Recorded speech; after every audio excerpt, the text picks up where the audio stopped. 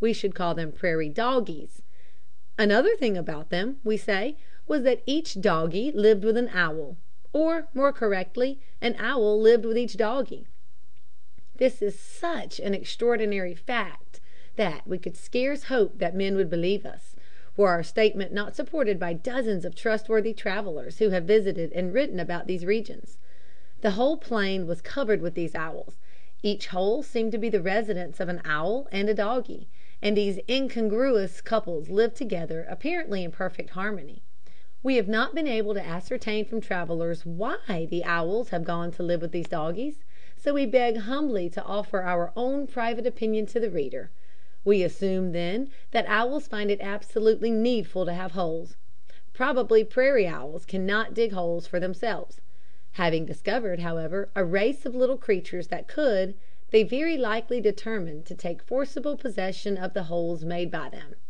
Finding no doubt that, when they did so, the doggies were too timid to object, and discovering, moreover, that they were sweet, innocent little creatures, the owls resolved to take them into partnership, and so the thing was settled. That's how it came about, no doubt of it. There is a report that rattlesnakes live in these holes also, but we cannot certify our reader of the truth of this.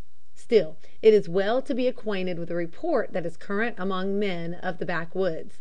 If it be true, we are of opinion that the doggie's family is the most miscellaneous and remarkable on the face of, or, as Henry said, in the bowels of the earth. Dick and his friends were so deeply absorbed in watching these curious little creatures that they did not observe the rapid spread of the black clouds over the sky. A few heavy drops of rain now warned them to seek shelter, so wheeling around they dashed off at speed for the clump of willows, which they gained just as the rain began to descend in torrents. "Now, lads, do it slick. Off packs and saddles," cried Joe Blunt, jumping from his horse. "I'll make a hut for you right off." "A hut? Joe, what sort of hut can you make here?" inquired Dick. "You'll see, boy, in a minute. Ah, lend me a hand here, Dick. Dey buckle 'em tight as de horse's own skin. Ah, dey all right." "Hello! What's this?" exclaimed Dick, as Crusoe advanced with something in his mouth. "I declare, it's a bird of some sort." "A prairie hen," remarked Joe, as Crusoe laid the bird at Dick's feet. "Capital fo' supper." "Ah, dat chin is superb. Good dog. Come here, I will clap you." But Crusoe refused to be caressed. Meanwhile, Joe and Dick formed a sort of beehive looking hut by bending down the stems of a tall bush and thrusting their points into the ground. Over this they threw the largest buffalo robe, and placed another one on the ground below it, on which they laid their packs of goods. These they further secured against wet by placing several robes over them and a skin of parchment. Then they sat down on this pile to rest and consider what should be done next. "'Tis a bad lookout," said Joe, shaking his head. "I fear it is," replied Dick, in a melancholy tone.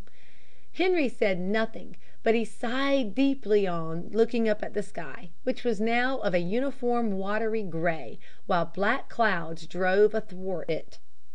The rain was pouring in torrents, and the wind began to sweep it in broad sheets over the plains, and under their slight covering, so that in a short time they were wet to the skin.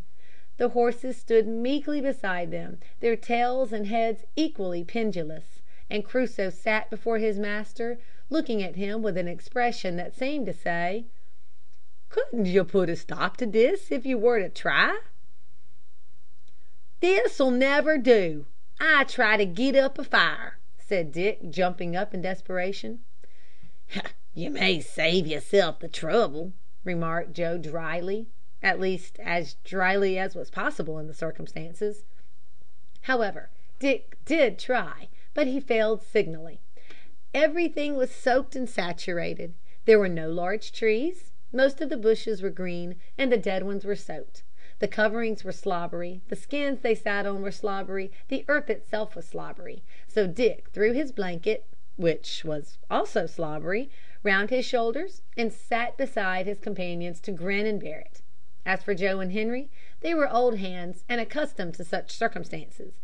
From the first they had resigned themselves to their fate, and wrapping their wet blankets round them, sat down, side by side, wisely to endure the evils that they could not cure.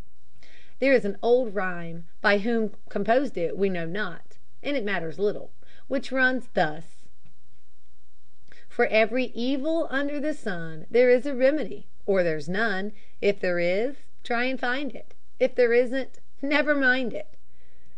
There is deep wisdom here in small compass. The principle involved deserves to be heartily recommended.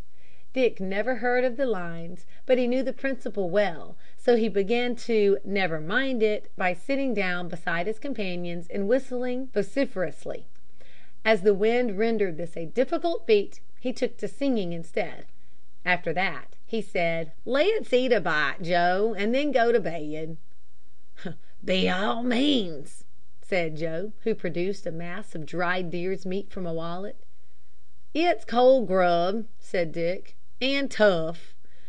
But the hunters' teeth were sharp and strong, so they ate a hearty supper and washed it down with a drink of rain water collected from a pool on top of their hut.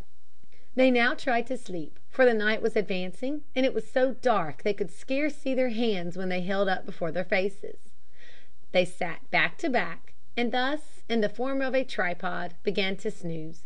Joe's and Henry's seasoned frames would have remained stiff as posts till morning, but Dick's body was young and pliant, so he hadn't been asleep a few seconds when he fell forward into the mud and effectually awakened the others. Joe gave a grunt, and Henry exclaimed, "Ha!" but Dick was too sleepy and miserable to say anything. Crusoe, however, rose up to show his sympathy, and laid his wet head on his master's knee as he resumed his place. This catastrophe happened 3 times in the space of an hour, and by the 3rd time they were all wakened up so thoroughly that they gave up the attempt to sleep, and amused each other by recounting their hunting experiences and telling stories. So engrossed did they become that the day broke sooner than they had expected, and just in proportion as the gray light of dawn rose higher into the eastern sky did the spirits of these weary men rise with their soaking bodies. Chapter 7